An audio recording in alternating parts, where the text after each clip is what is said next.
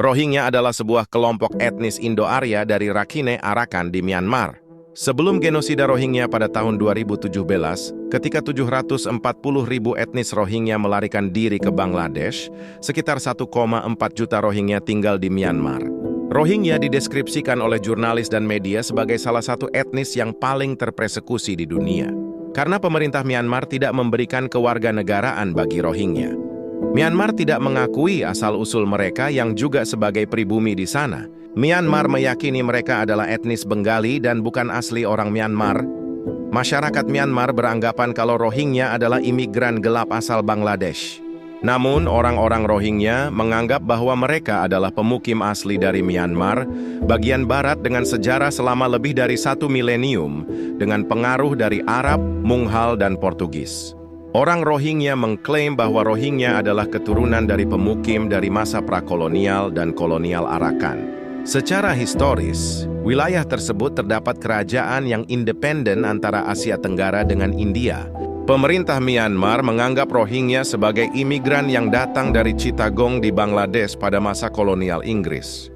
Pemerintah Myanmar berargumen bahwa populasi Muslim yang sudah ada dari masa prakolonial yang diakui adalah etnis Kaman, dan bahwa etnis Rohingya menyamakan sejarah mereka dengan sejarah Muslim Arakan, dengan tujuan secara umum untuk memajukan agenda separatisnya atau ingin memerdekakan tanah Myanmar menjadi negara Rohingya.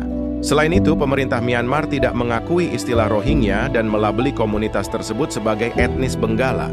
Berbagai pemberontakan bersenjata yang dilakukan oleh etnis Rohingya telah terjadi sejak tahun 1940-an. Dan telah melewati serangkaian aksi kekerasan oleh militer Myanmar pada tahun 1978, 1991, 1992, 2012, 2015, dan khususnya pada tahun 2016, ketika sebagian besar populasi Rohingya di Myanmar diusir keluar dari negara tersebut ke negara tetangga Bangladesh.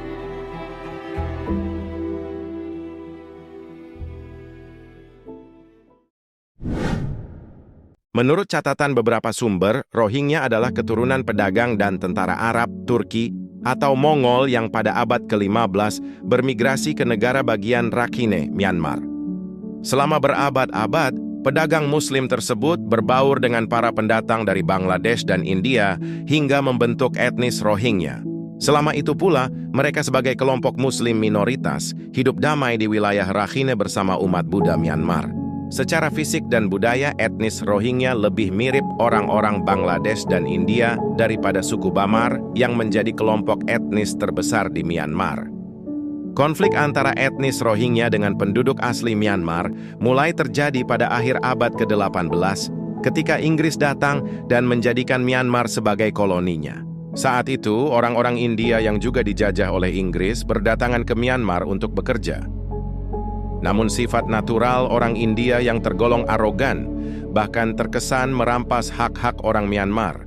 Hal ini membuat orang Myanmar merasa dijajah dua kali, yakni oleh Inggris dan orang-orang India, yang secara fisik mirip etnis Rohingya. Pada masa Perang Dunia Kedua, banyak Muslim Rohingya yang direkrut oleh Inggris sebagai tentara. Mereka berseberangan dan saling berperang dengan umat Buddha Myanmar yang bersekutu dengan Jepang.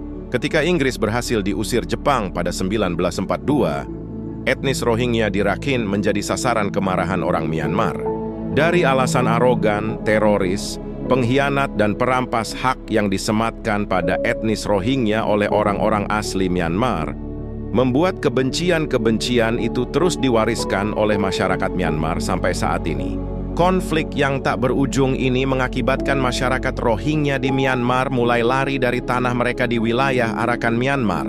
Ditambah lagi, pembantaian besar-besaran etnis Rohingya yang masih bertahan di Myanmar membuat pengungsi Rohingya di luar negeri enggan kembali lagi ke Myanmar, takut menjadi korban pembantaian oleh masyarakat Myanmar. Lalu ditambah lagi dengan isu terorisme Islam, yang membuat umat Buddha Myanmar khawatir negaranya akan diambil alih, terlepas dari kecilnya populasi etnis Rohingya. Kekhawatiran itu seakan menjadi nyata ketika muncul kelompok militan seperti Arakan Rohingya Salvation Army atau disingkat ARSA yang kerap melancarkan serangan balik terhadap pasukan keamanan Myanmar. Keberadaan ARSA kemudian dijadikan alasan untuk membenarkan tindakan kekejaman terhadap seluruh etnis Rohingya. Bentuk kekerasan pemerintahan militer terhadap etnis Rohingya di Myanmar mulai dari pemerkosaan, penganiayaan, pembakaran desa, dan pembunuhan, termasuk terhadap anak-anak.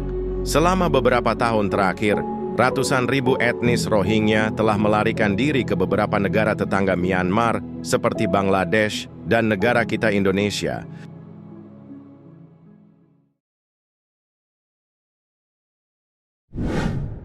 Awal kedatangan pengungsi Rohingya di Indonesia terjadi pada tahun 2009, tepatnya di wilayah Sabang, Aceh. Mereka dikenal dengan sebutan manusia Parahu. Namun penyelamatan dramatis dari pengungsi Rohingya ini terjadi tepatnya di Provinsi Aceh, Kuala Nangsa, pada tahun 2016. Yang pertama kali melihat mereka para pengungsi Rohingya adalah nelayan yang saat itu hendak pergi menangkap ikan. Namun, para nelayan Aceh ini dikejutkan dengan penampakan sebuah kapal di tengah laut yang berisi ratusan manusia di dalamnya, yang terombang ambing 100 km dari garis pantai.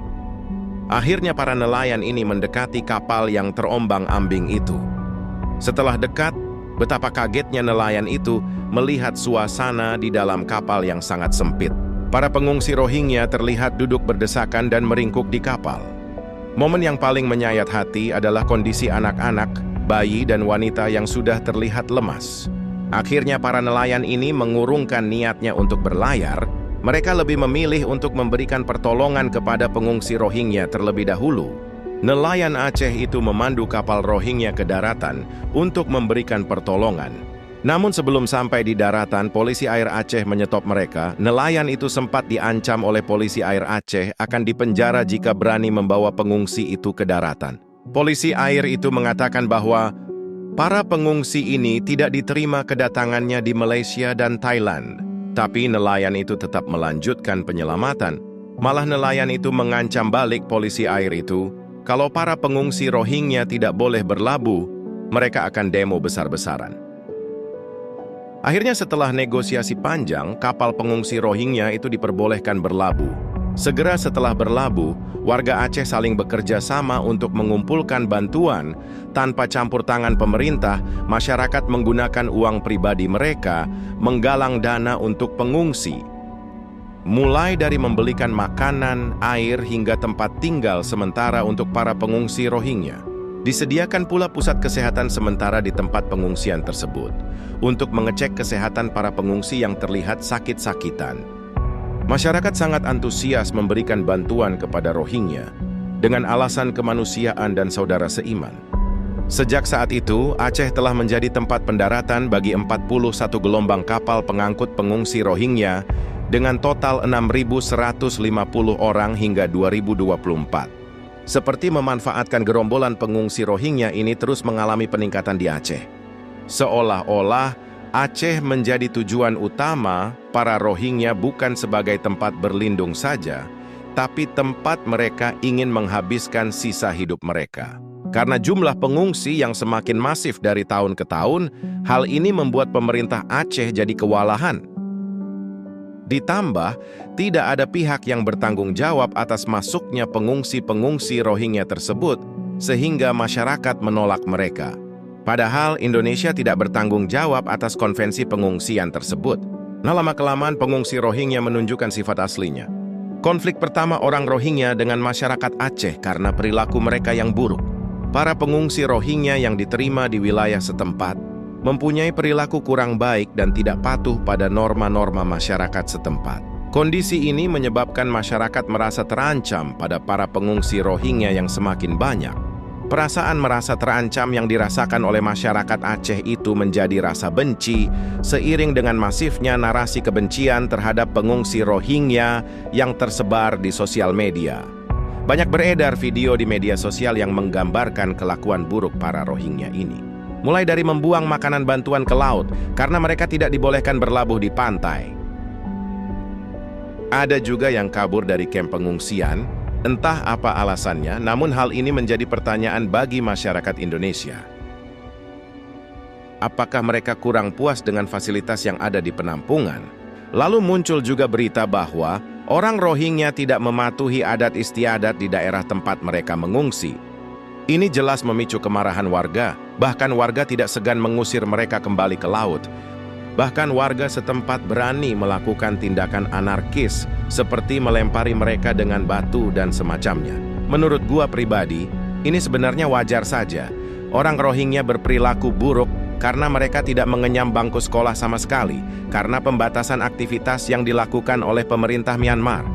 Mulai dari mereka kecil, hidupnya terkurung di lingkungan yang monoton, mereka dilarang membaur oleh pemerintah Myanmar, menyebabkan pertukaran informasi tidak luas, dan kebudayaan mereka hanya berdasarkan dari kalangan mereka saja. Tidak hanya di Aceh, pengungsi Rohingya juga mendapat pandangan negatif di kota Pekanbaru. Laporan warga di sana mengatakan bahwa para pengungsi Rohingya ini suka mencuri di perkebunan warga. Seperti dikasih hati minta jantung. Sudah diberi tumpangan, malah merugikan. Awalnya mereka meminta baik-baik, namun karena keenakan mereka menghabiskan semua yang ada di kebun warga tanpa sisa. Aksi warga Rohingya di Pekanbaru viral setelah meminta buah rambutan kepada warga. Aksi mereka pun diunggah di sejumlah akun media sosial TikTok dan Instagram. Awalnya, mereka meminta rambutan kepada warga dan kemudian diberi. Namun setelah itu, mereka yang diberi rambutan kembali datang dengan membawa teman-temannya yang lain. Aksi meresahkan pengungsi Rohingya lainnya datang dari Sidoarjo, Jawa Timur. Pada Jumat, 8 Desember 2023, sebuah peristiwa menghebohkan terjadi di rumah susun di Taman Sidoarjo, tempat tinggal bagi sejumlah pengungsi Rohingya. Pengungsi ini diduga marah dan melakukan perusakan terhadap fasilitas rumah susun yang mereka tempati. Video kejadian yang diunggah di Instagram memperlihatkan sejumlah kaca pecah, meja, dan kursi berserakan di dalam rusun tersebut. Pengungsi di Sidoarjo ngamuk, ungkap perekam video sambil menyaksikan aksi perusakan tersebut. Ini dipicu karena pengungsi Rohingya tidak puas dengan pemadaman listrik selama 24 jam, yang disebabkan kebakaran di gudang Lazada di Sidoarjo. Meskipun pengungsi Rohingya mendapatkan fasilitas tempat tinggal secara gratis dan tidak dikenakan biaya listrik dan air, terlihat bahwa situasi pemadaman listrik menjadi pemicu ketidakpuasan. Mereka seolah-olah melupakan siapa mereka sebenarnya di Indonesia dan bagaimana dulu mereka dianiaya di Myanmar. Hanya karena masalah sepele, mereka berani melakukan perusakan fasilitas. Apakah mereka lupa cara bersyukur dengan semua yang sudah diberikan? Entahlah, yang jelas pada saat ini, masyarakat Indonesia sudah terlanjur membenci mereka. Banyak keluhan masyarakat kita yang ingin mereka dipulangkan saja ke daerah asalnya. Karena semua kegilaan yang mereka lakukan.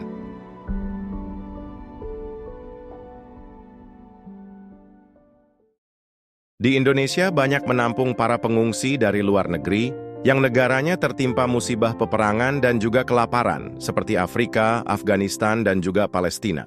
Namun selama bertahun-tahun pengungsi tersebut tidak pernah diterpa isu sosial miring. Berbeda dengan etnis Rohingya yang baru menetap, tapi sudah membuat onar. Ini perlu menjadi perhatian bagi pemerintah kita, agar memberikan sosialisasi yang lebih baik terhadap pengungsi Rohingya, agar tidak terjadi konflik dengan masyarakat pribumi. Ada baiknya mereka diajarkan bagaimana budaya kita di Indonesia. Kalau perlu tindak tegas mereka yang melakukan tindakan yang mengganggu kenyamanan pribumi. Kita sebagai masyarakat Indonesia, jangan mudah percaya juga dengan video-video hoax yang memberitakan para pengungsi Rohingya ini. Ada baiknya kita mencari kejelasan tentang video yang beredar. Walau bagaimanapun juga, sudah kewajiban kita sebagai manusia membantu sesama manusia. Jangan mudah terprovokasi, belum tentu semua orang Rohingya bersifat buruk seperti yang diberitakan di media. Sekian dari gua, semoga bermanfaat. Jangan lupa like kalau lu suka video ini dan subscribe untuk membantu channel ini berkembang.